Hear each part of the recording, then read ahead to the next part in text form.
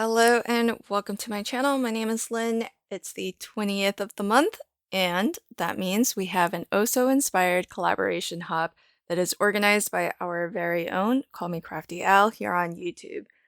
I always really look forward to this hub because I always find it really fascinating that we can all look at the same piece for inspiration and take away from it something different. And I'm always really intrigued to see what everybody else has been inspired to create.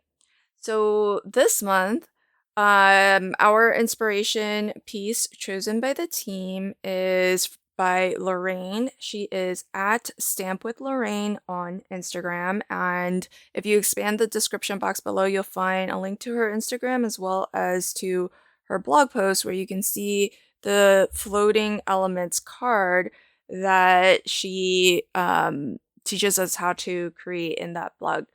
So I've actually never made one of these. I'm kind of just going to wing it. And it just so happens that this month I am also the guest artist for Sheetload of Cards, which is designed and organized by Call Me Crafty Al as well. So I thought this month I will sort of combine those two projects from Alicia and share this video where I'm going to create the August sheet load using my Easy Wonder dies. I've done this in a separate video before, but I like using the Easy dies because it just so happens that this month's sheet load card design does actually include a sort of wedge shape element. So I'm not actually following Alicia's cutting guide. If you do want to check out Sheetload, pop on over to Alicia's channel. That's where you can find out all about Sheetload, how to download the free printable, and how to play along. And so all of that information is there for you. I am going to use my dies both to cut the wedge from pattern paper, and as well I do have the add-on die set that will cut out a matte layer behind that wedge. So what I'm doing is creating some custom colored cardstock by just taking an ink pad and direct to paper swiping it onto white cardstock. I had already swiped out a border onto my card base for a separate card, but I ended up not using it on that card.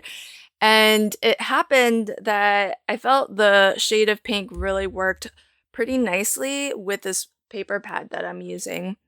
These papers are from Rosie's Studio, and the collection is called Primavera. I'm going to mix and match it a little bit and actually combine it with elements from the This Is Us collection. And so you'll see me pull out some of that to decorate this card with. Now, with the original sheet load, the mats and layers are a little bit different to how I'm cutting mine. So if you're playing along with sheet load, do feel free to kind of make the sketch your own. You can make a different size card if you'd like. You can use different aspects of the design if you'd like. You don't always even have to make a full set of 8 cards, which the cutting guide and printable will show you how to do. So it's really fun. It's a great resource. But I was inspired by Lorraine to try to use these wedge shapes as my floating element on my card today.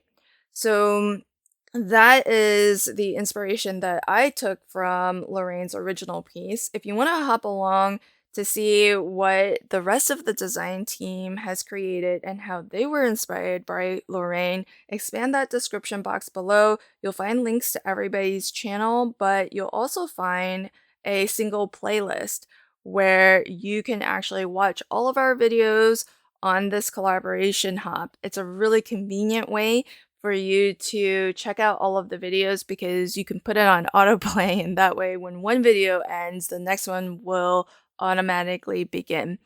And if you can't watch them all back to back, don't worry, the playlist is there on Alicia's channel. You can always come back to it and pick up right where you left off. So I am going to start to assemble all of the individual elements here. I've got my pattern paper that I've mat onto my custom colored cardstock. I have my piece of acetate, which I cut to be just a smidge smaller than the original rectangle that is recommended. That way I don't have acetate that's really hanging outside of these elements. It kind of, I feel, would take away from the floating aspect of it if folks could immediately see that these elements are attached to acetate.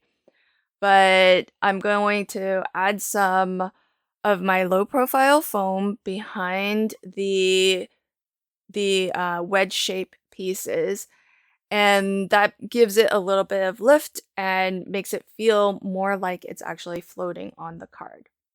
So with that as my base, I am going to start to decorate this. So one of the things I feel is really nice about sheet load is that you could actually make your sheet load of cards, get them all to about this stage, and especially if you're using very general patterns like these, which is just a really nice small repeat geometric pattern and some florals, this card could really be for any occasion. And so it's a great way to kind of have a lot of cards that are about 80% done. And then when you need to make a card for whatever occasion happens to pop up, then you have something that's 80% done. And if you're like me and you're using ephemera and elements like puffy stickers and chipboard elements, it's going to be a real breeze to decorate them.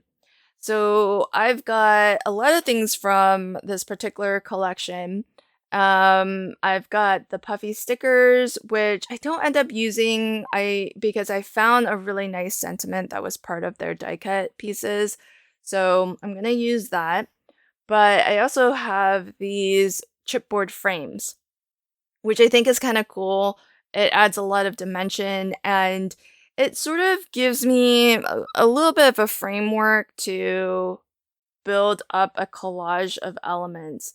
And I always find that whether you're die cutting a shape yourself to serve as that foundational piece, or you're using something like this really nice dimensional chipboard frame, it's kind of nice to have something to build on. So what I'm going to do is I'm going to layer things both behind the frame as well as on top of the frame so that some elements will kind of break out of the frame and some will be a little bit more pushed into the background. And the sentiment that I found was "You are truly the best," which I thought it's not a perfect match to the pink ink pad that I use to make my custom pattern papers, but it's pretty darn close, so that's why I wanted to use it.